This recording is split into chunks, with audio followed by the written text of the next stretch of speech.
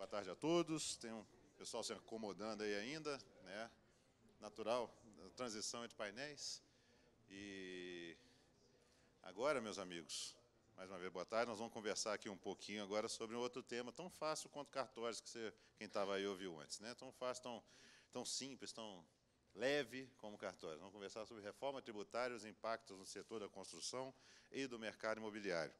E, para isso, nós temos aqui o prazer, né, de ter especialistas e figuras importantes do nosso setor e também a presença do deputado Luiz Carlos Rauli, do Paraná, para a gente conversar um pouquinho sobre isso. E, desde já, então, já quero, faça adiantar da hora, como atrasou um pouco antes, eu vou chamar a mesa aqui, ao palco, para conduzir esse debate, meu amigo Rodrigo Dias, advogado, conselheiro jurídico do Secov de São Paulo e do Conjur da CEBIC.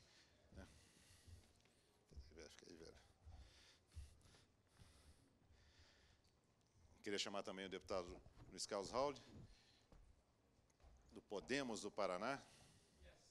Por favor, isso aí. Yes, Podemos. Por favor, deputado, fique à vontade. Quero chamar meu amigo Eli Vertain, presidente do Secov de São Paulo.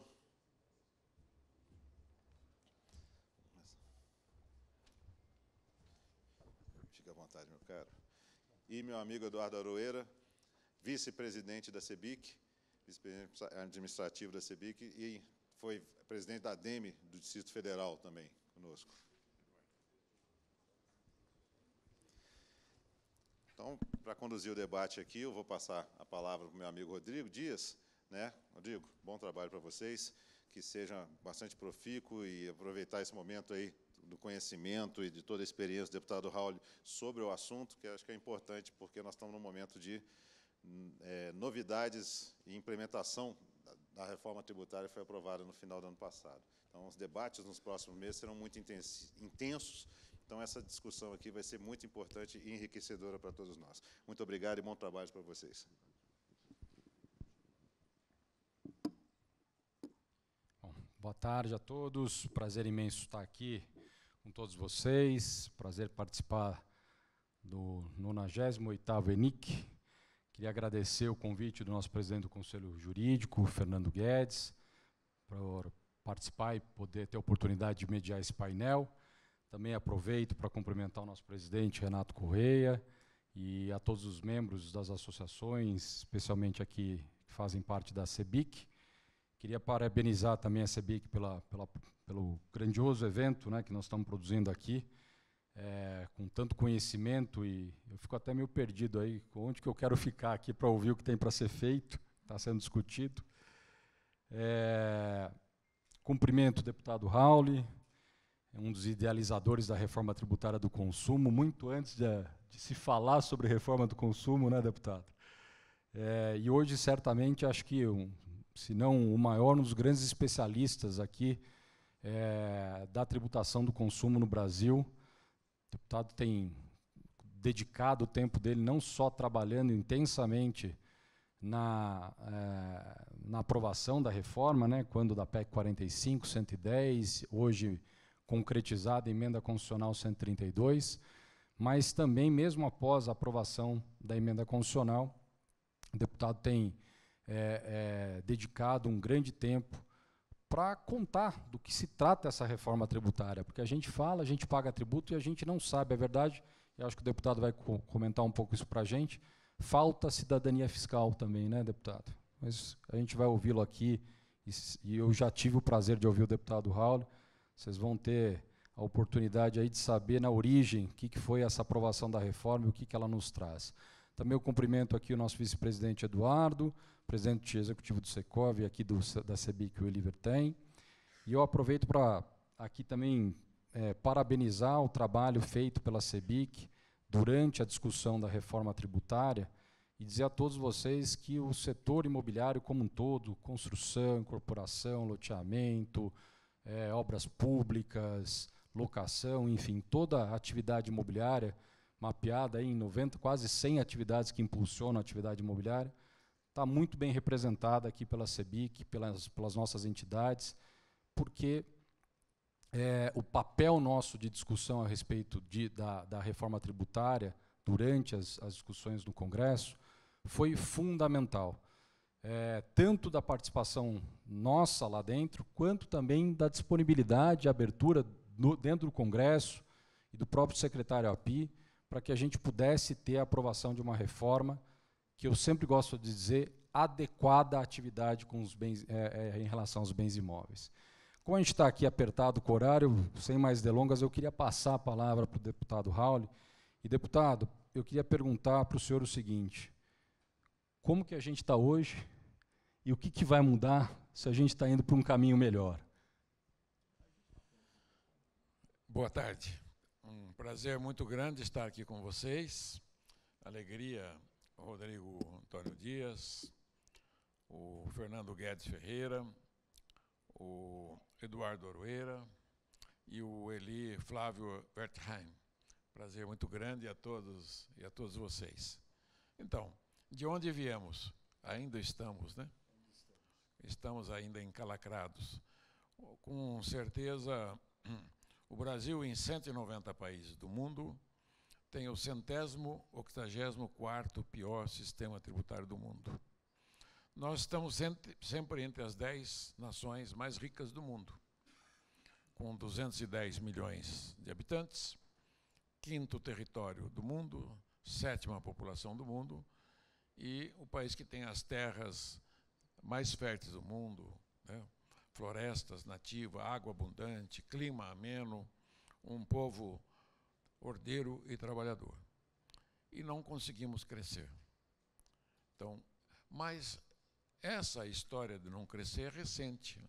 Ela tem 42 anos só. Para trás, de 1980 para trás, nós crescemos e muito. Tivemos crescimento de gigante. Da proclamação da República até 1930, o Brasil cresceu a taxas de gigante, de tigre, de 4,8. De 1931 a 1980, por 50 anos, o nosso crescimento econômico foi de super tigre, 6,3%. Para se ter uma ideia, nesses 50 anos, os Estados Unidos, que hoje é a nação mais rica do mundo, já era na época, cresceu só 3,5%. Só que, infelizmente, de 1981 para cá, começaram ciclos de crise econômica, gerando crises políticas que se arrastam, como até hoje se arrasta. Caímos para 2% ao ano. De 6,3% para 2% ao ano, na média. Não dá para ter um olhar de curto prazo. Se você olhar nos últimos 10 anos, de 2012 a 2023, zero de crescimento. Zero, redondo, zero. Renda per capita, zero. Então, tudo que fizemos nesse período, marcamos passo. Por isso que estamos todos apertados, agoniados, angustiados. Muitos da população estão extremamente irritados, né? E gerando toda essa crise que temos até hoje. O salário aumenta o emprego, mas o salário reduz. Então, imagina um PIB do mesmo tamanho, 10 anos seguidos, do mesmo tamanho, né? Então, você tem esse cenário perverso. No coração desse problema, né, tem N diagnósticos, né? Custo Brasil, tem isso, tem aquilo. Eu, Luiz Carlos Jorge Raul, economista, né, com mais de 50 anos de vida pública, 8 mandatos de deputado federal, vereador, prefeito, 2 vezes secretário da Fazenda, afirmo categoricamente que o coração, o cerne do problema, são as inadequações, inconsistências, incongruências do sistema tributário brasileiro, que é o pior do mundo. Não somos nós que estamos falando. Quem fala isso é o Banco Mundial, Fundo Monetário Internacional, né, o Banco Interamericano, a OCDE. O diagnóstico é corrente, comum, lá fora e aqui dentro. Ora, pode um carro correr com um motor totalmente fundido? É esse o problema. O sistema tributário é o motor da locomotiva do crescimento. Ele está entupido, cheio de exceções, cheio de problemas. Nós listamos, eu e meu filho Luiz Renato Rauli, que está ali, e o Miguel Abuabi, que é o autor do modelo de cobrança automático, os efeitos indesejáveis. Fizemos uma árvore de problema dos efeitos indesejáveis que atinge as empresas e atinge o consumidor. Então, esses efeitos indesejáveis precisam ser eliminados. Eles estão dentro dos preços relativos da economia, como uma gordura trans que entope as artérias do nosso corpo humano, entope as artérias do crescimento econômico. Eu estou falando isso do sistema tributário porque o sistema tributário está dentro de todos os preços, de toda a composição de preços, de bens e serviços, para o bem e para o mal. E quem é que paga esta conta? O consumidor final. Aí eu abro um espaço para dizer, a economia de mercado liberal tem que ser transparente, com regras claras, segurança jurídica, né, transparência total, isonomia, tratar os desiguais igualmente, e o Brasil não cumpre nenhuma dessas exigências. Quando você pega a pesquisa de renda tributo, tem 3 estudos que eu uso nas minhas palestras, tempo que eu usava gráfico, não uso mais, slides. Uma delas, do IPEA, uma segunda da FIP São Paulo e a terceira da Fiesp São Paulo. Vamos pegar a do IPEA, que é o Instituto de Pesquisa do Governo Federal. Quem ganha 2 salários mínimos tem 53,9% de carga tributária direta e indireta, ou seja, R$1.000 de salário, R$539 de impostos. Quem ganha acima de 30 salários, 29%, quer dizer, uma carga muito menor.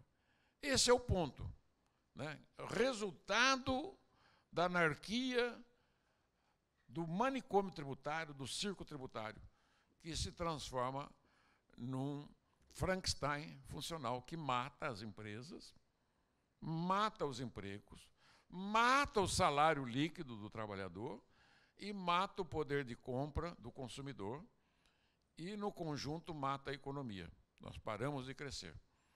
Nós não conseguimos crescer nem o crescimento da população. Por isso que é tanta pobreza no Brasil, miséria, e daí gera todas as consequências. Então, uma economia de mercado, ela existe para quê? Por que o CEBIC existe? As empresas filiadas, agricultura, indústria, comércio, prestador de serviço, para servir a população. Essa é a razão da existência de uma economia de mercado, não é algo abstrato, os capitalistas, os empresários. Não, somos um corpo só. Produtores, empresários, trabalhadores, consumidores. Somos uma única estrutura. Então, a economia de mercado, que eu falo que o Brasil tem a pior economia mais capitalista selvagem do mundo, é do Brasil. Os ricos ficam cada vez mais ricos e os pobres continuam pobres ou mais pobres. E a classe média é exprimida aí, como o marisco entre o maré e o rochedo. Então, hora você está um pouquinho para cima, né, quando está com pleno emprego na família, hora que está um pouco para baixo. Então, infelizmente, né, isso não deu certo. E, graças a Deus, a luta por mudança de muitos como eu se tornaram missionários, cruzados, né, fazendo a pregação pelo Brasil inteiro. Eu tive a vantagem de estar dentro do Congresso Nacional pregando. Eu não consegui fazer a reforma tributária, mas fiz o simples, o super simples, eu fiz o MEI, a lei de exportação, a lei de sociedade anônima que criou o novo mercado, são leis de minha autoria.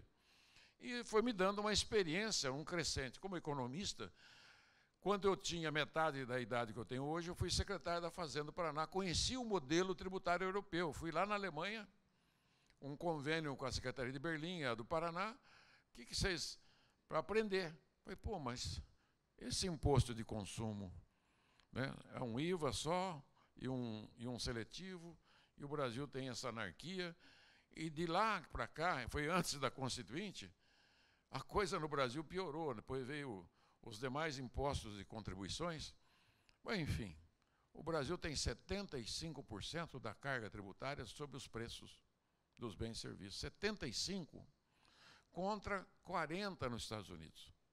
Os Estados Unidos têm só 40% da sua tributação sobre os preços dos bens e serviços.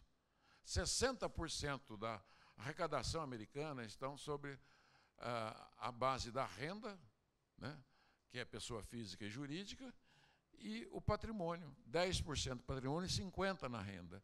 Eles tributam muito a pessoa física lá. Lá tem imposto de renda municipal, estadual, federal. A União Europeia, a OCDE, que é o 36 país mais rico do mundo, a média é diferente dos Estados Unidos. Lá, 60% da arrecadação vem do consumo, né? E 40% vem do patrimônio e renda.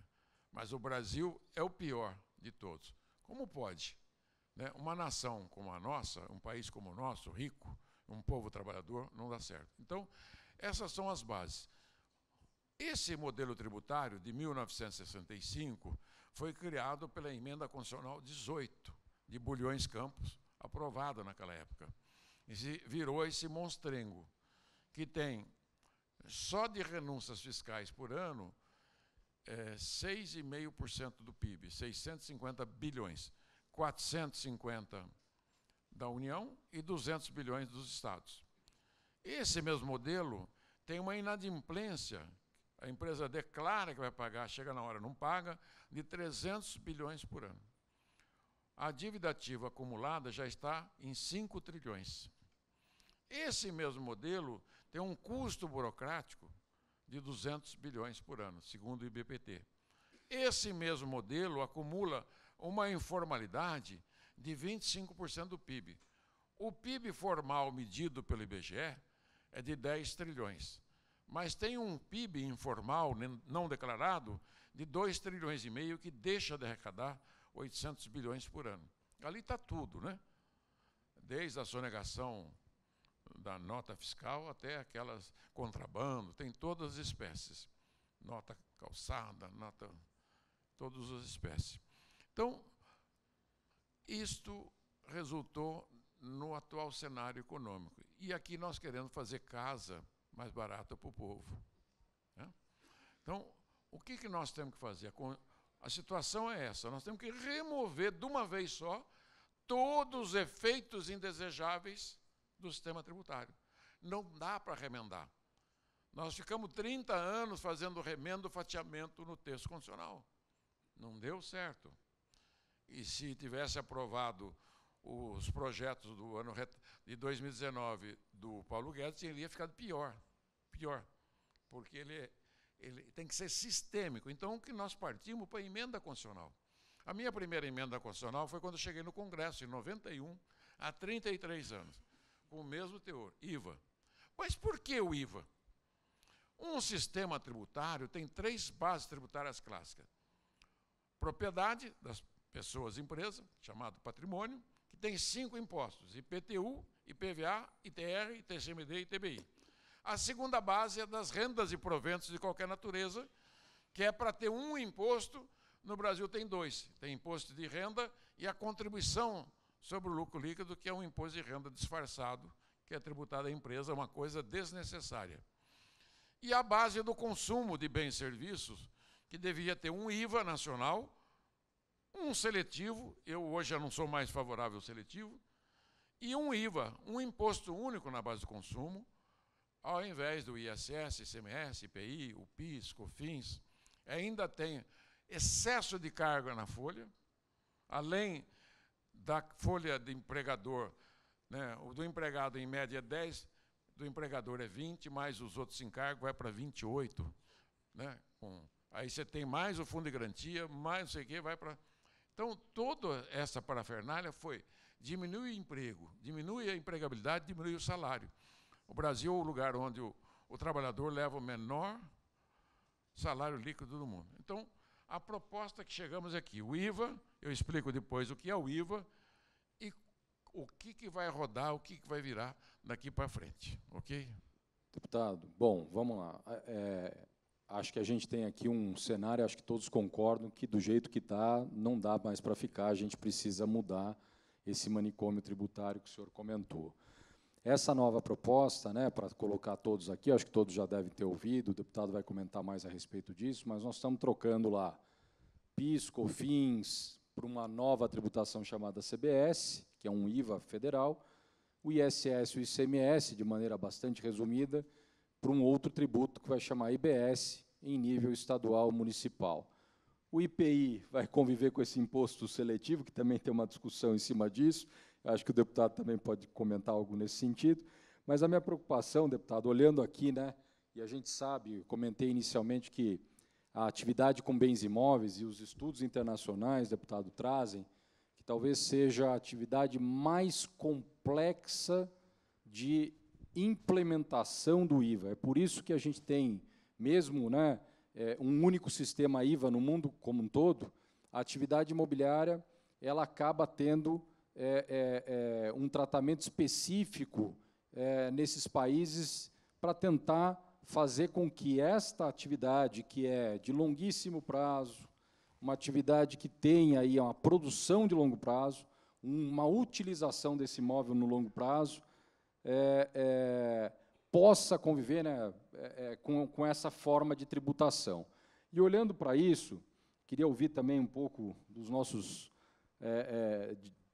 vice-presidentes aqui, dos nossos empresários aqui, e eu até vou começar com o Eli. O Eli, conta para a gente o que você está ouvindo lá no Bom Retiro e no Brás sobre essa questão da reforma, quais são as preocupações, que eu acho que é importante a gente trazer para o deputado também, que está ali no dia a dia no Congresso, explicar as preocupações, quais são os anseios, as dificuldades que a gente está identificando e que os empresários, mesmo, né, já tendo algum tipo de conhecimento sobre o que vem pela frente, ainda tira o sono aí do empresário nesse sentido. Vou pedir para passar o microfone para você, por favor.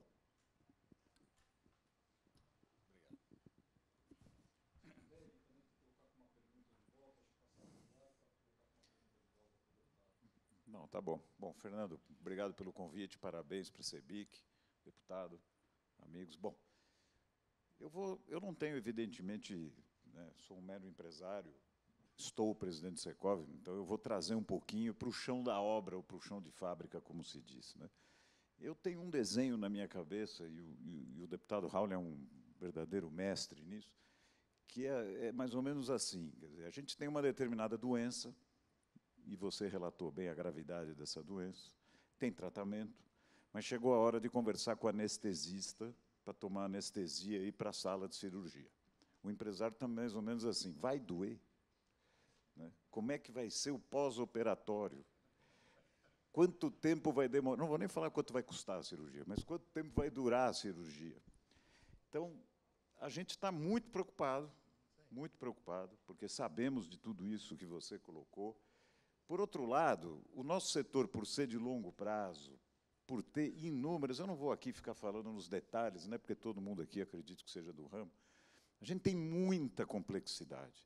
Não por acaso tem um comando constitucional hoje pedindo, né, comandando, determinando um tratamento adequado. Esse é um ponto. Como é que vai se dar a transição? Como é que ficam os empreendimentos no meio desse caminho, os que começaram agora? Vamos ter a questão da simplicidade. E com a liberdade que o amigo permite, uma simplicidade que coloca uma transição de 9 anos, os dois sistemas. Tem empresário falando o seguinte, dá para piorar?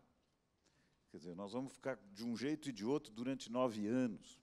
Que contabilidade é essa? Que custo é esse? Como é que nós vamos lidar com o dia a dia disso? A questão de crédito e débito. E aí o Rodrigo brincou, né, porque eu sempre brinco que lá no Bom Retiro, e na 25 de março, que é o bairro judaico e árabe aqui de São Paulo, eu fui contar para eles, deputado, que a Receita Federal vai pegar os créditos que a gente tem e creditar automaticamente no dia seguinte na conta das empresas. Eu fui expulso dos dois bairros. Ninguém acreditou nessa história. Porque a gente não consegue tirar uma certidão da Receita Federal, né, Gama? O Gama, se contar quantas vezes ele já pagou um imposto lá para poder tirar a CQTF dele, ele vai contar aqui uma história. Então, Nós estamos muito preocupados, apesar de reconhecer, como fala, um pandemônio, não, é uma manicômio tributário.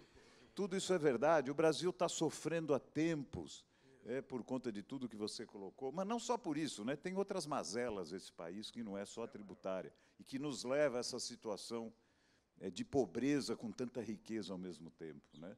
É uma mazela, tem vários fatores. Então, a preocupação dos empresários é como é que eu abro a lojinha segunda-feira às 8 horas da manhã. Como é que eu fecho a lojinha na sexta-feira às 6 da tarde? Quanto eu vou pagar de imposto? Como vai se dar essas compensações? Como vai ser o dia a dia? Como é que eu vou fazer um empreendimento, por exemplo, no momento de transição, que eu vou comprar o material num regime crescente de tributação e quando eu vender ou receber 90% do preço dali 3 anos, 4 anos, que a gente faz o tal do repasse, e aí nós vamos pagar numa alíquota maior, porque já transcorreu dos 9, 3, 4 anos. Então, apesar de reconhecer a grande necessidade, nós estamos com medo. Estamos com muito medo do que vai ser isso na vida como ela é, na vida prática. E quando a gente ouve, muitas vezes, os técnicos falarem, não, mas a carga tributária é a mesma. Aí também a gente fica preocupado, porque eu lembro, né, para os mais antigos, a gente tinha aquele jogo do mico, né? O mico era um jogo de cartas que quem sobrasse com o mico perdia o jogo, né? E é natural que o setor produtivo, num momento como esse, agora da fase da discussão tributária, um queira jogar para o outro a carga tributária. Então, um quer um desconto de tanto, é claro que o outro vai pagar mais, porque a base é a mesma, né? Então, como eu não sou técnico, não tenho conhecimento, eu só queria transmitir ao amigo deputado a nossa grande preocupação com a vida como ela é, né? Eu acho que é isso que a gente podia trazer agora. Como é que vai funcionar na prática?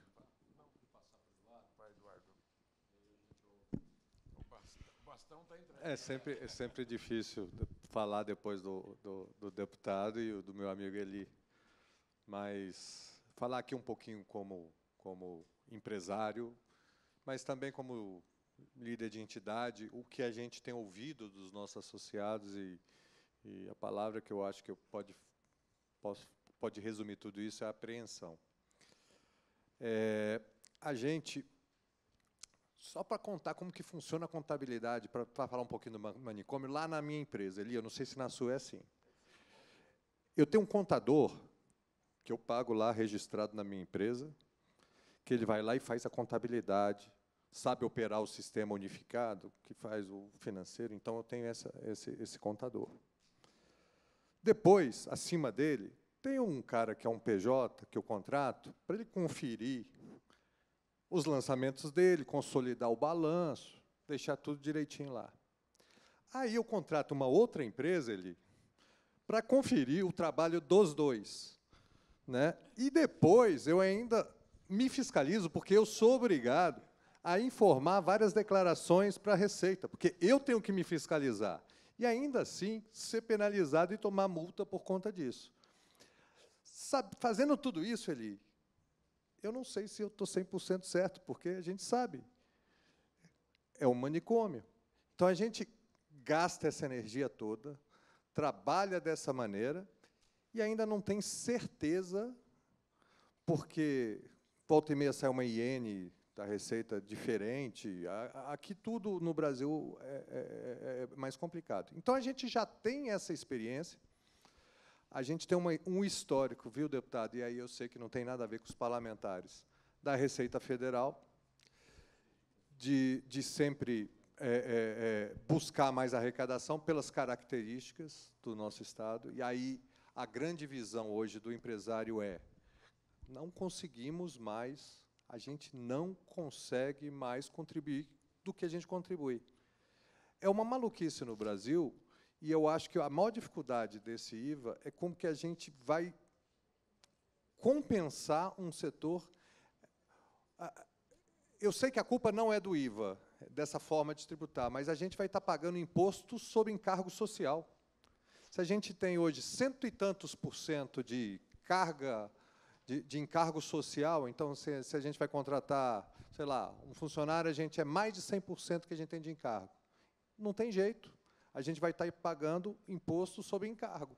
Como que isso vai ser calculado? Né? Então, essa apreensão. E aí, caminhando já para passar a palavra para o deputado, e aí utilizar toda a liberdade para falar que a gente não consegue apagar o histórico, né? E aí eu concluo com uma pergunta, que eu acredito que é o que mais aflige a todos. O conceito dessa reforma é que seja uma reforma neutra. O histórico das nossas empresas com o nosso país é que nunca nada que se faz é neutro. Deputado, como a gente pode garantir, durante essa discussão, nas duas casas legislativas, que essa reforma realmente vai ser neutra? Bom, Eduardo, Eli, obrigado pelas contribuições. Ótimo, obrigado. Obrigado pelas contribuições. E para passar a palavra para o deputado Raul, eu colocaria, então, deputado, como que a gente garante, a pergunta que o Eduardo colocou, né, como que a gente garante que a gente não vai ter aumento de carga, e trazendo um pouco do que o Eli comentou conosco aqui, como que o senhor vê essa discussão da tributação específica do setor imobiliário, das atividades com bens imóveis? E especialmente porque, pegando o gancho da pergunta do Eduardo, nós verificamos, né, olhando, depois de vários anos discutindo esse tema e estudando as experiências internacionais, a atividade com bem imóvel, ela não se, volto a dizer, ela não se equipara a nenhuma outra tipo de atividade. E aí nós temos aqui uma questão de consumo, né, de demanda, de produção e demanda que tem uma elasticidade que faz com que qualquer aumento de preço do imóvel retira do mercado, né, retira a possibilidade de milhares de famílias, hoje o déficit habitacional está em torno de 8 milhões de habitações. Então, qualquer aumento que eu tenho do preço do imóvel para o consumidor final, eu vou retirar milhares de famílias aí da possibilidade de adquirir um imóvel. Então, qual é a preocupação e ouvir um pouco da experiência do senhor? Lembrar que o senhor está lá, acho que é a única comissão que está estabelecida no Congresso, o senhor é relator, né? Relator dessa comissão lá dentro, que é a Comissão Permanente de Finanças e Tributação. Como é que essa discussão está sendo estabelecida lá em relação a essas preocupações que foram colocadas aqui, deputado? Muito bem. Excelente. Eu falei da economia de mercado, que ela existe, né, para servir a população. Por sua vez, a população é dona dessa economia de mercado e trabalha nessa economia de mercado. Então, ela é íntegra. Os 210 milhões de pessoas, seus familiares, ou são donos ou trabalham nessas empresas. Então, e o que é que vocês produzem, a sociedade, a economia de mercado? Mas vamos dizer que essa nossa economia de mercado tenhamos 100 mil itens e subitens. 100 mil. Porque o IVA, Imposto de Valor Agregado, adicionado, acrescentado, é um imposto que foi bolado na França há um século. Ele entrou em funcionamento há 70 anos. França, Dinamarca, Noruega, Suécia, e hoje está em 174 países do mundo. Mas o IVA é um imposto, mas é uma regra de negócio. É uma regra de negócio. Mas o imposto é de bens e serviços e não é um imposto de empresa, como virou o ISS, o ICMS, o IPI, o PIS, o FINS. Eles vieram um imposto onde, hoje, a empresa ela é obrigada a tirar nota de entrada, nota de saída, coloca em livro próprio, faz a escrita. No final do mês, o teu contador faz a primeira conciliação, aí vem o segundo, vem o terceiro, depois ainda pede a opinião do Dias aqui. Então, isso, por quê? O que nós chamamos desse modelo hoje? É declaratório. Ele é escritural e o crédito, ele é escritural, porque o IVA ele é baseado no crédito. Então, o setor produtor rural compra, vende. Deveria receber os créditos das suas compras e não recebe. Já começa errado ali. A indústria que comprou, compra insumos, produz, manipula, vende. Deveria receber todos os seus créditos. O comerciante, o varejista, o prestador de serviços, que estão todos no meio da cadeia, compram, vendem. Quando vende, deveria receber. No final do ano, quem é que paga esse imposto? Consumidor final. Se tem 100 mil itens, com alíquota de 20, de 25, média, eu preciso arrecadar 12, 13% do PIB, com 25% por fora, dá 13%. Com 20% por dentro, como é hoje, paga. Só o ICM, hoje, na maioria do estado, é 20% por dentro, mas ele é 25% por fora. Só o ICMS. Então, se nós tivermos uma alíquota modal de 25% por fora, significa que nós estaremos pagando 20%. Mas 20% do quê? Esses 100 mil itens representa quanto da economia nacional?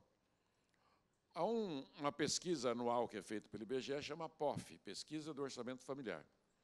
E lá, mais ou menos, 65% do PIB, do Produto Interno Bruto, que é a soma da produção de todos os bens e serviços, é o consumo das famílias, tá? Do orçamento das famílias. 35% é o governo, municipal, estadual e federal, e o investimento fixo. Mais ou menos a metade de cada um. O governo também produz bens e serviços, e também é consumidor. E o investimento fixo é desonerado. Deveria ser 100% desonerado, mas ele é desonerado. Então, nós só temos que tributar 65% de mais ou menos 100 mil itens. Se eu tenho 100 mil itens, subitens, se eu coloco alíquotas diferentes nesses itens de consumo, eu preciso fazer a equivalência nos outros itens. Se eu tenho 10 mil itens, que eu reduzo a alíquota para 0, eu tenho que levantar a alíquota de 90 mil itens, inclusive a habitação, a construção civil, loteamento, entendeu? Todos são itens de consumo. Então, nós não podemos fazer, em primeiro momento, distinção. Mas a Constituição fala lá, quais são os itens essenciais, os direitos do cidadão e dever do Estado? A alimentação, a educação, a saúde, a habitação e a felicidade, né? Agora está dentro do texto, a felicidade. Então, nós temos que olhar como um todo. O que vem de projeto do governo? Começou uma discussão infindável. Ah, meu setor. Não existe meu setor. Todos os setores são nossos, eles são sistêmicos. Ah, mas eu sou prestador de serviço. Tudo bem. Nesse copo tem prestação de serviço. Aqui tem o serviço de contabilidade, aqui tem a tecnologia, aqui tem o consultor, o engenheiro, o arquiteto. Estão todas as figuras da prestação, o contador, todas as figuras, o advogado está aqui dentro, está aqui dentro, está aqui dentro, está aqui dentro. Então, todos aqui. Então, o que eu quero dizer para vocês é o seguinte, a regra do IVA é uma regra de negócio, onde a neutralidade, o que é a neutralidade do IVA? O imposto quem paga é o consumidor final. Ah, mas os Estados Unidos têm um imposto de consumo final, só que ela é 8%, 10% no máximo. Os Estados Unidos, só 17% da arrecadação americana vem dos sales tax, 17%. Esses 5 tributos nossos dá 40%, dá 13% do PIB. Né? É uma diferença, porque nós optamos, permitimos, não foi intencional, foi acontecendo, de que os bens e serviços fossem mais tributados do que a renda e o patrimônio. Não, o imposto de renda... Então, o que aconteceu foi isso. Quanto o imposto de renda fica em 21% da arrecadação nacional, né, o consumo é 75% com a folha. Mas, Raul, essa tributação da folha não é muito alta, a patronal dá para jogar para o IVA. O fundo de garantia não dá. O salário e educação dá para jogar para o IVA. lá na frente. O IOF, que não está na folha, que é uma excrescência de imposto, chupa-cabra, dá para ir para o IVA. Por quê? Para tornar neutro. Qual o objetivo do IVA? É a economia de mercado. O IVA é o imposto da economia liberal. É um imposto capitalista, para tratar que ninguém pode ter privilégio como hoje. Acaba com a renúncia fiscal. É proibido dar incentivo fiscal. Bom, só desses 5 impostos nós temos 350 bilhões, 3,5% do PIB. O PIB do ano passado foi 10 trilhões, 3,5%. Inadimplência, nós temos 200 bilhões. Só dá aí 550. Custo burocrático, 100 bilhões, 650 bilhões de gordura que dá para ser eliminado 80% a 90% dela. Para onde vai esse dinheiro? Se manter a carga tributária em 33% do PIB, 3 trilhões e 300, que é a média que tem dado nos últimos 20 anos, nós vamos eliminar dos preços relativos 600, 400, 500 bilhões, 650 bilhões por ano. Ok? Essa é uma diminuição de custo da economia de escala do novo sistema. Bom, o agricultor que hoje ele produz 1 trilhão por ano de matéria-prima, de produtos primários, incluindo aí toda a atividade de produção primária, ele fica, segundo a LCA, consultores, num trabalho de pesquisa encomendado pela CNI, tem micado 12%. Então, ele vai receber todos os créditos na hora que ele vender o seu produto. Porque ele compra, se ele tiver cadastrado o CNPJ, o próprio CPF, ele vai receber de volta. Segundo, a indústria, mesma coisa, comerciante, mas o meu prestação de serviço eu não tenho insumo, não importa, mas não é ele que vai pagar. Nunca mais você vai pagar imposto, nunca mais o fiscal vem atrás de você. Porque aí tem um encontro do Raul, que é filho de libanês, com um filho de libanês judeu, que é o Miguel Abuab. O Miguel Abuab, conheci ele há 7, 8 anos atrás, numa conversa que ele queria falar comigo através do Campilongo, né, o Carlos Alberto. Falou, Raul, eu tenho um amigo aqui e tal. E através do senador Sandar, fui conhecer o Miguel Abuab. Eu falei, mas rapaz, onde é que você estava, brasileiro? Eu estou há 20, 30 anos aqui, não te conhecia. Mas ele já tinha tentado no governo, ninguém deu bola para ele. O que ele falou? Falou, olha, o Brasil tem o melhor sistema de nota fiscal eletrônica do mundo. Do mundo. Nós estamos 20 anos na frente da Europa. Poxa, o sistema bancário brasileiro é conhecido dos melhores do mundo. Funciona para eles, bom para eles, ruim para nós. Mas funciona. Mas funciona, é moderno. Eu pago, o táxi me entregou ali, eu pago o Pix na hora. Recebeu? O senhor quer ver aqui? Eu falei, não, já recebi. Já recebeu. E agora, o Miguel falou, Raul, melhor ainda, veio o Drex. O Drex é um smart contract. Ele falou, isso serve para o IVA. Eu falei, mas aí ele me explica, e até eu fui aprendendo, porque... Então, você que é advogado do direito tributário, eu sou economista tributário. Meu filho é os dois, economista e advogado. Eu já fiz ele fazer os 2 cursos ao mesmo tempo. Tem que ser os 2 monstros do mesmo tempo, porque economista e advogado tributário tem que estar dentro do mesmo aparelho, né? Então, por quê? Eu entendo da economia tributária, da circulação, do funcionamento, da composição do teu preço, do pessoal nosso lá da 25 de março. Né? Então, qual a primeira preocupação? Tornar o sistema impessoal. Mas como? No ato da liquidação do pagamento. Né? Então, eu tiro a nota, eu tiro várias notas, ele fica lá em espera, uma promissória, né? Você vai arquivando e você vai dar baixa nessa nota na hora que o dinheiro vai entrando. Mas o pagamento vai ser retido no ato do pagamento, da liquidação da nota fiscal. Ah, mas eu vendi em 6 meses e vou pagar antecipado? Não, nunca mais. Você só vai pagar o imposto, né, na hora que entrar o dinheiro no teu caixa. E não entra no teu caixa primeiro, ele entra num caixa central, ali é apartado o dinheiro do imposto, vai para as nuvens, Cada CNPJ, 5 milhões de produtores rurais, 8 milhões de micro e pequenas empresas e 1 milhão de empresas do lucro presumido e do lucro real, e 15 milhões de mês. Então, lá, 30 milhões de CNPJs vão estar com o controle nas nuvens. Como é fácil, o sistema bancário brasileiro tem 1 bilhão de contas bancárias. Para onde vai o depósito de cada banco desse? Vai para uma central única. Lá se faz as compensações de débito e crédito. Se os bancos controlam 1 bilhão de contas, o fisco brasileiro, um aplicativo que está sendo desenvolvido, que o Miguel está orientando ele, já entregou todo o estudo. Quem é o Miguel? Ele só é dono da maior empresa de logística de abastecimento do Brasil. 80% do supermercado passa pelo software dele. Ele sabe a quantidade de mercadoria que tem em cada supermercado, o estoque, o consumo, o preço, a variação do preço, o retorno, o estorno da indústria, do atacadista e do vendedor final. Então, o que ele quer? Ele quer ajudar, como eu, quer dar contribuição. Então, o modelo é esse. Esse modelo que nós temos que defendê-la. Se o governo mandar um projeto diferente disso, a CEBIC está lá com o Raul, falando, nós queremos isso aqui. Ó.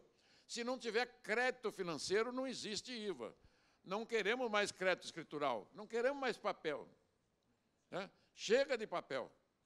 Ah, eu tenho um crédito aqui de 10 milhões para receber, mas aí você vai mandar olhar o crédito lá, a empresa deve 50. Não tem como pagar, né?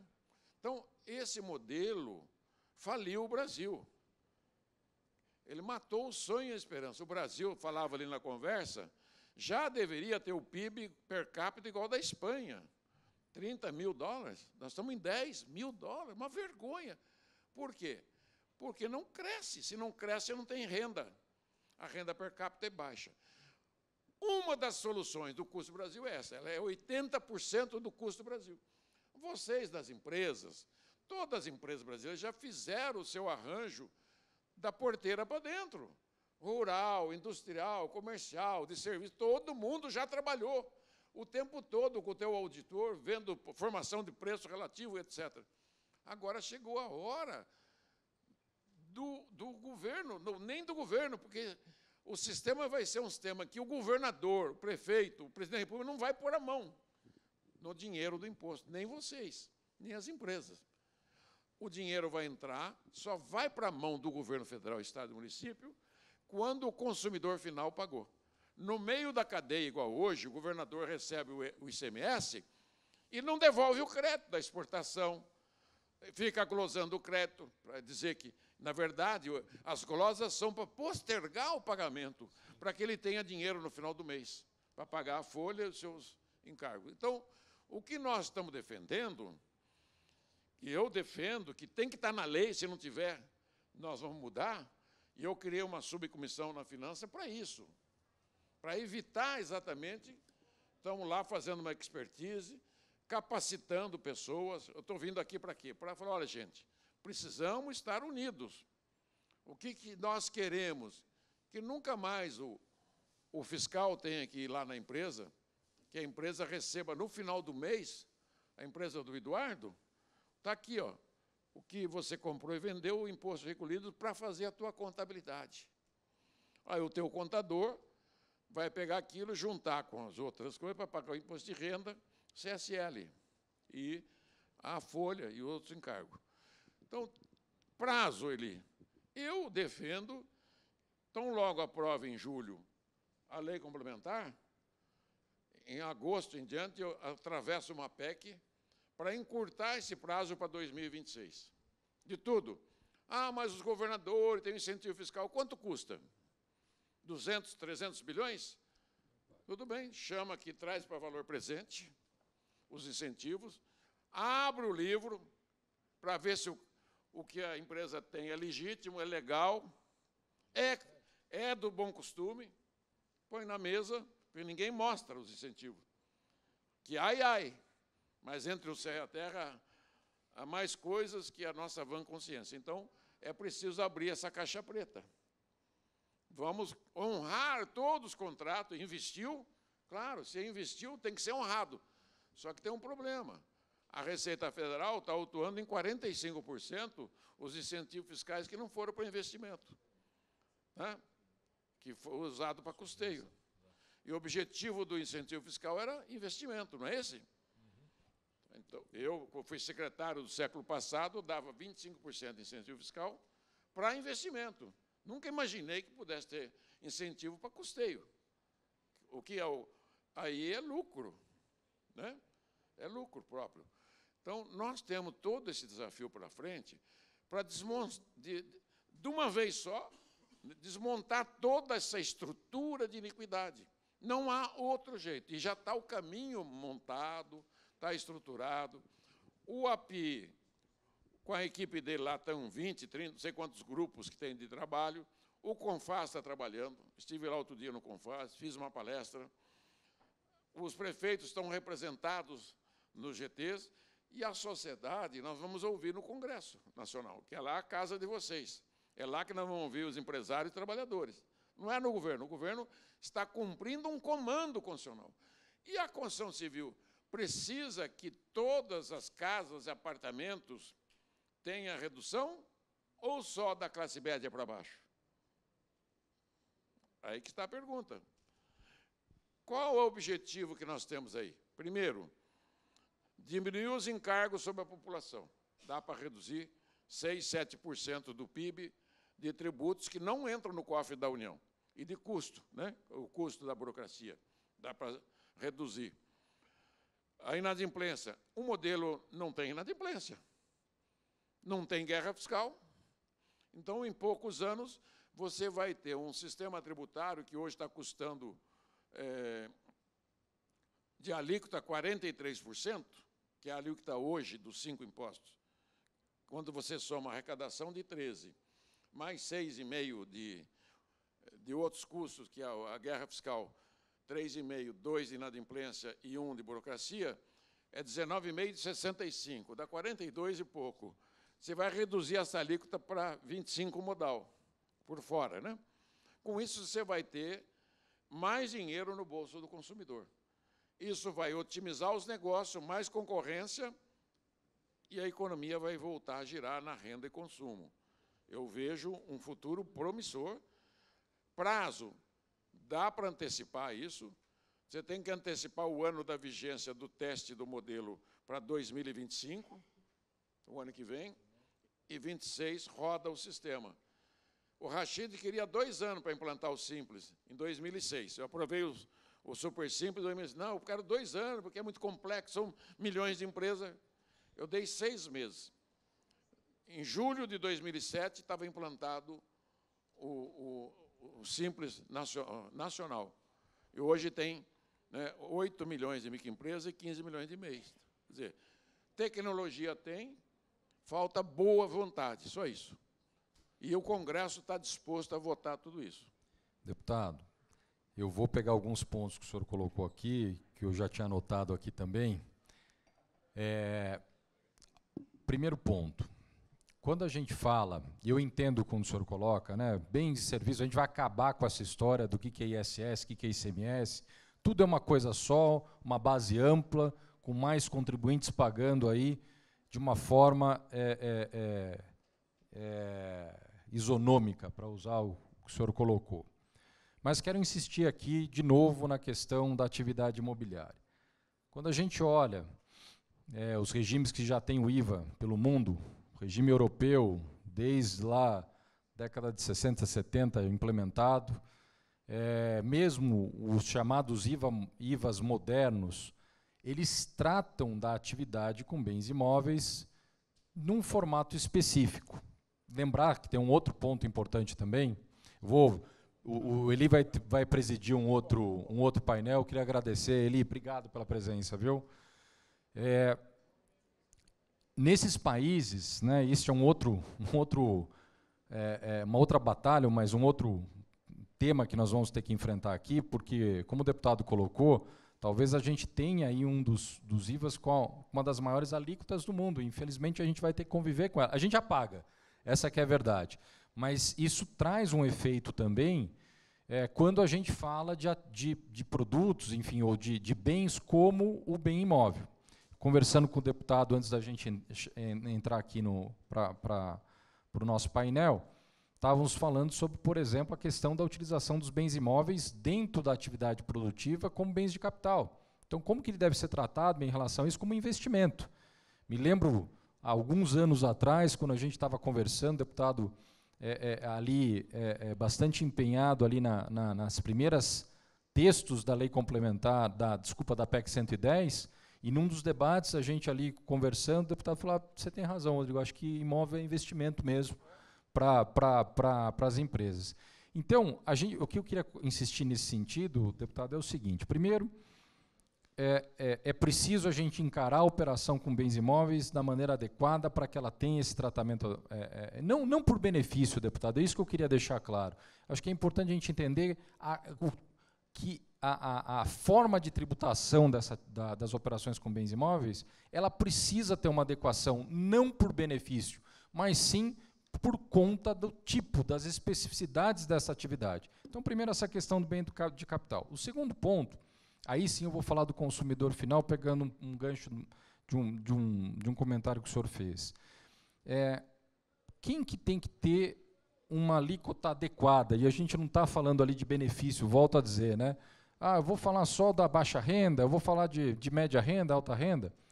Deputado, a gente precisa lembrar, e isso é uma coisa importante e interessante quando a gente conversa com os empresários pelo Brasil todo. O mesmo funcionário, o mesmo pedreiro que faz o apartamento de média renda ou do luxo, é o mesmo que faz o de baixa renda. A empresa ela não tem um produto específico, ela faz um mix de produto e ela precisa, lembrar que também a atividade imobiliária ela é uma atividade de alta alavancagem financeira, ela precisa conviver com o sistema bancário, gerando funding para que a gente consiga produzir. Eu tenho que conviver com tudo isso, então eu preciso olhar desta forma como algo único. Evidente que a gente pode ter como plano, né, o programa Minha Casa Minha Vida foi um sucesso, óbvio que a gente precisa olhar para isso, mas a gente precisa ter também essa... Só uma pergunta. 8 bilhões de déficit. Perfeito. A grosso modo, aqui no meu pensamento, 95% deve para baixa renda. Deve ser, provável. Então, o que nós estamos discutindo por 5% que tem poder aquisitivo, entendeu? Eu digo assim... Pelo custo de produção. Renda, nós criamos um mecanismo inédito que é o cashback, que é a devolução personalizada. É uma ideia de um auditor do Rio Grande do Sul que eu acatei lá em 2017 e 2018, e hoje eles chamam de cashback. É devolução personalizada e individualizada do tributo. Com a nota paulista, a nota Paraná, você acumula, você vai pagando a nota fiscal, você acumula para poder pagar o ITU e IPVA.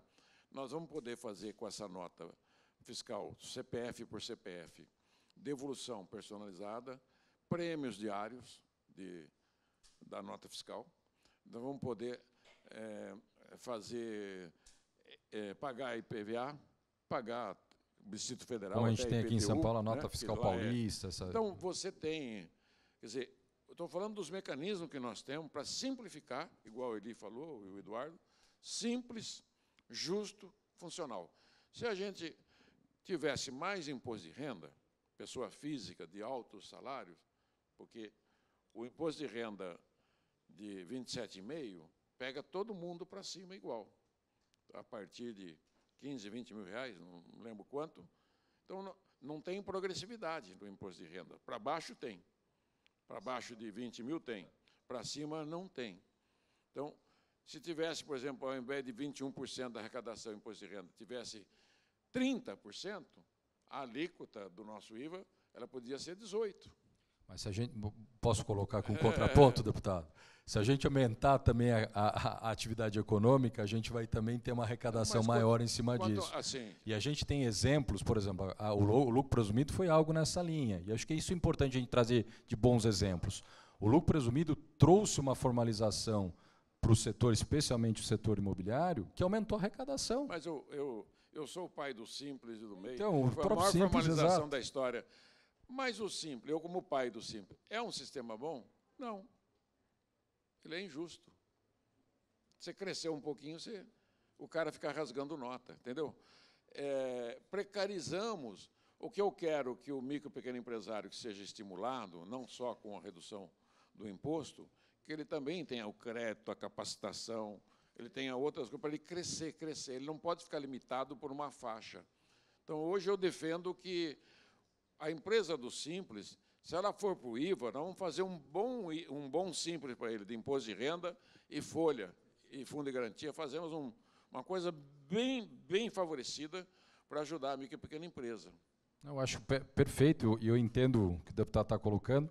E a preocupação nossa, né, aqui é realmente olhar, e é como o deputado trouxe, olhar para o consumidor final. Acho que é ali que é a nossa preocupação, é a questão do aumento de preço. Eu dou sempre um exemplo, deputado, que é o seguinte, eu falo assim, uma coisa é a gente ter, né, dentro desses ajustes de preços relativos, uma garrafinha de água como essa daqui, sair de R$ 2,00 para R$ 2,50. Isso a gente vai se ajustar no nosso orçamento, a decisão é fácil em cima disso.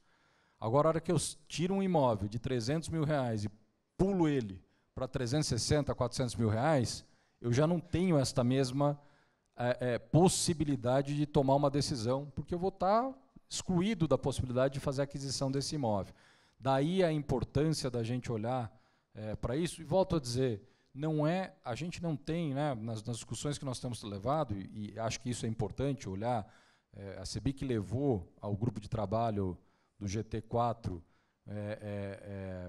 contribuições, e dentro dessas contribuições está lá, o primeiro item, né, manutenção de preço com manutenção de carga. Não existe nenhum pedido de benefício específico em relação a isso. Mas não dá, eu não consigo comparar. Vou dar um exemplo. Vem uma crise, deputado. A empresa de água ela vai falar o seguinte, diminui aqui a produção, fecha aqui a fábrica. À tarde ela já consegue produzir menos. Vocês já fizeram as simulações todas? Fizemos várias simulações e temos uma dificuldade para isso. Até convido a todos aqui para colocar. Por quê, deputado? Sabe o que acontece? O Luiz, meu filho, tem feito, com a minha orientação, várias simulações, e o pessoal pega um caminho errado. Não, mas nós estamos olhando o resíduo na cadeia. Nós somos buscar, nós somos entender o resíduo. O que eu vou dar um exemplo do problema nosso da gente olhar para trás para o resíduo? Terreno. Nós vamos resolver o estoque de crédito, que os estados não pagam há anos. Isso é importante. São 200 bilhões, nós vamos pagar isso em 20 anos, com juro e correção. Todo o crédito em ser da Receita Federal vai estar ativo no novo modelo, quer dizer, não vai ficar passivo. Então, nós estamos tentando resolver todos os problemas que vieram acumulando ao longo de décadas. Eu digo assim, Raul, a habitação tem que ter carga tributária menor? Claro que tem, como comida e remédio. Isso. Agora, e se eu fizer um bom cashback e funcionar, eu posso fazer a devolução personalizada, a faixa de renda de 1 a 2 salários, dou como a gente tem hoje Minha Casa, 3, Minha Vida. 4 salários dá um pouco mais, porque seria automático, ninguém poria a mão. Não é como hoje, você quer fazer uma devolução, passar pelo orçamento, não passa pelo orçamento. É o sistema que vai operar isso aí. O sistema que vai operar isso aí. E fica dentro do custo global. Claro que se eu dou 100 bilhões de cashback, eu tenho que compensar na alíquota. Entendeu? Se eu reduzo todo o setor da construção civil para zero, eu tenho que compensar na alíquota dos outros 99 mil itens. Entendeu? Então, não tem almoço grátis. A população vai pagar, no final do ano, 13% do PIB, 1,3 trilhão de imposto. Com 0 de alíquota na habitação, ou com 25 ou com 10. Fica claro isso. No copo, na garrafa, no remédio, no alimento. Então, toda a exceção que fizer no sistema tributário em termos de alíquota vai ser realocado para o outro produto. E, no final do ano, a população brasileira vai pagar o mesmo valor, porque nós não podemos permitir que aumente carga tributária, além do que já tem hoje, desses... Estou arredondando para 13, dá um pouquinho menos que 13, esses 5 tributos, entendeu? Então, quando a gente fala em facilidade do sistema, tem que ter, claro, habitação, eu penso assim, Sempre. A habitação está sempre construindo, está sempre gente casando, querendo casa. E reforma. É o que mantém. É roupa, construção, é comida, é o remédio. Né? É uma coisa contínua. E a habitação é algo vergonhoso que nós já devíamos ter um funding, né? Fazer um funding dos funding. É como o aluno, o estudante, tem que financiar. Tem que financiar, não tem que financiar o estudante. Sim. Se não for de graça, igual nós damos para uma parte, a maioria você tem que financiar. E está sempre habitação, financiamento rural, tem um rotativo que vai e que vem. E habitação é um rotativo que vai e que vem. Ele não é perdido. Antigamente se perdia, porque o governante falava, vou reduzir e tal. Hoje não perde mais. Ele é um rotativo, né? Claro, família de baixa renda paga juro menor, tem que ser, né, tem que ser equalizado, tem que dar uma redução de tributo. Como uma microempresa, o empréstimo tem que ser um juro menor, você equaliza, você põe no orçamento. Né? E eu digo assim, tem que ajudar a construção civil, porque ela é parte integrante, central de toda a economia. Todo ativo fixo de empresa, prédio, máquina, tudo é zero. Tem que devolver todo o imposto para a empresa. Perfeito. Eu não tenho dúvida disso. Na minha cabeça, funciona muito bem isso. Claro, mesmo isso a gente realoca, mas já está realocado. Hoje já é realocado. Sim. Só queremos que mantenha a realocação desta carga e que não haja ninguém com dinheiro do imposto dentro da sua empresa para esperar o mês seguinte, o ano seguinte para pagar, como é hoje as dívidas ativas, com refis 1, refis 2. Daqui a pouco nós estamos nos 200 refis e não resolve. Tem que melhorar isso, né, deputado? Não tem jeito. Mas, deputado, a gente está aqui com o tempo estourado. Eu queria dizer que a CEBIC, enfim, toda o setor imobiliário, toda a atividade que trabalha com bens imóveis, tem muita esperança nessa reforma. Realmente é algo que a gente já vinha, né, discutindo e debatendo, e acho que a gente, desde o começo das discussões, nós sempre tivemos um olhar crítico colaborativo, nesse sentido, de tentar trazer a melhor opção aqui. Eu acho que, né, uma coisa que quando a gente está fazendo aqui por último, talvez seja um dos últimos países aqui a tirar, talvez os Estados Unidos, que está ali no sales tax, que tem a sua especificidade, mas a gente precisa fazer, se a gente faz por último, você tem que fazer melhor, e é isso que a gente tem tentado colaborar. Eu queria agradecer, eu queria parabenizá-lo, né, e agradecer a oportunidade da gente conversar a respeito de um tema tão importante, aprender mais uma vez aqui, e espero que todos tenham tido a oportunidade de ter mais esclarecimentos a respeito do tema. Agora a gente está super sem tempo, queria agradecer também aí a tua participação e passar para as palavras finais do deputado, agradecendo novamente aí o tempo e a dedicação que o senhor tem dado para o país como um todo. Muito obrigado, deputado. Não, eu agradeço o convite, o Zé Carlos falou, preciso de você lá. Claro, eu vou sim, com prazer. Né? Todos aqueles que ajudaram a chegar até aqui contarão sempre com a minha boa vontade de ir nas palestras. Né?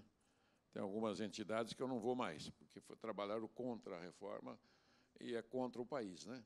Aqui é positivo, vocês querem, né, positivamente que o setor da construção civil tenha, né, uma proteção. Isso é correto. Lembrei, enquanto você falava, assim, o cimento, que é um dos principais insumos da construção civil. Eu sei, de orelhada, mais de 60% do cimento no Brasil não é utilizado formalmente. Entendeu? Aí, qual vai ser a alíquota do cimento? Aí é que eu entro na especificidade da indústria da construção civil, que pega todos os segmentos. Então, você tem hoje as reformas de casa, as ampliações, né, que cada um vai fazendo, que o brasileiro aprendeu a se virar, fazer a sua edícula, trocar o forro, né, fazer uma cozinha, fazer um banheiro. Então, de uma forma geral, nós temos que pensar no cidadão, no consumidor, que é a mesma pessoa. Ele, como que nós estamos atingindo ele com os impostos? Hoje, a carga dele de 2 salários é 53. Nós temos que lutar para que ele tenha 1/3 só dessa carga. Para que ele, no bolso dele, ele possa comprar um terreno para ele, pagar uma prestação de uma casa, de uma geladeira. Então, nós temos que desonerar essa carga tributária e realocar gradativamente. Ah, mas é os ricos. Quem são os ricos? Você tem uma graduação, né? como na ideologia na sociedade você tem um leque de ideologia, na economia, na renda, vai de zero, né, até ao infinito. Então, você tem que respeitar essas faixas e valorizar para que a população brasileira tenha poder aquisitivo melhor. Pessoa que ganha um Bolsa Família, 500, 600 reais, se você achar que o consumo dela, ela está pagando imposto mais do que uma pessoa, em percentagem, né? Não, ele ganha, né, que ele está pagando mais percentualmente o imposto do que uma família de rico. É inaceitável. Então, nós temos que corrigir isso. O cashback é uma solução. A alíquota zero para alimento resolve, só que você dá para toda a população. Está havendo essa discussão. É justo? É justo. Se o Brasil fosse um país de renda alta, era justo, porque você trata igualmente, né? Na Europa, as rendas estão mais próximas, né? Do que ganha mais, do que ganha menos. Então, você tem mais justiça salarial e mais justiça fiscal. Aqui a disparidade é muito grande. Temos que pensar junto com vocês como atingir a baixa renda, com Minha Casa Minha Vida. Eu acho que nem esse setor não precisa pagar nada mesmo, né? Até não sei quanto salário. E depois, gradativamente. Estou levando vocês a não ter uma regra isonômica para toda a construção civil, que não é bom. Não é bom. Não é de justiça fiscal, nem de justiça social. Né? Pensar nisso, eu sei que, se vocês botar pressão, o Congresso vai fazer o que vocês estão desejando. Né? Mas eu estou levando a um raciocínio de começar a pensar uma coisa mais justa, mais fraterna, mais solidária, para que a própria população brasileira, que ganha menos, tenha mais condição de comprar iogurte, um chocolate, comprar mais uma sandália, um sapato, né, para que esse dinheiro circule. Essa é a razão do americano ter baixa carga tributária no consumo. É uma imensa economia que nunca as crises pegam eles, demora para chegar e sai rápido, porque a baixa renda americana consegue consumir muito. A tributação é pequena. A nossa tributação aqui é 150% maior do que a deles. Entendeu? Por isso que eles... É uma sociedade de renda alta e consumo das faixas de população mais baixa. Então, o sistema tributário resolve esse problema, né? Numa dosagem correta, né? Uma coisa justa, né? Limpa, que todo mundo veja e alcance isso. E vai ver essa economia abrir todas essas lojas que estão fechadas hoje. Em 3, 4 anos, abre tudo. E vai construir muito mais, né, lojas, mais shopping, etc. É isso que o Brasil precisa, crescer a 6%, 7% ao ano. Ah, mas é uma panaceia. Não é. Ela é o motor que precisa ser limpo, religado, para que a economia funcione, porque todos ganham. Só vai ser bom quando todos tiverem o seu quinhão ganhando. Tem mais gente empregada, o salário está melhor. Então, o poder aquisitivo está melhor, isso vai criar um círculo virtuoso de renda-consumo na economia brasileira. É isso que eu venho pregando há 30 anos. Deputado, mais uma vez, obrigado. Obrigado, Eduardo. Novamente, eu queria agradecer a CEBIC, o nosso presidente Fernando Guedes. Queria agradecer a presença de todos. E vamos torcer, estamos juntos para construir um Brasil melhor. Obrigado, gente.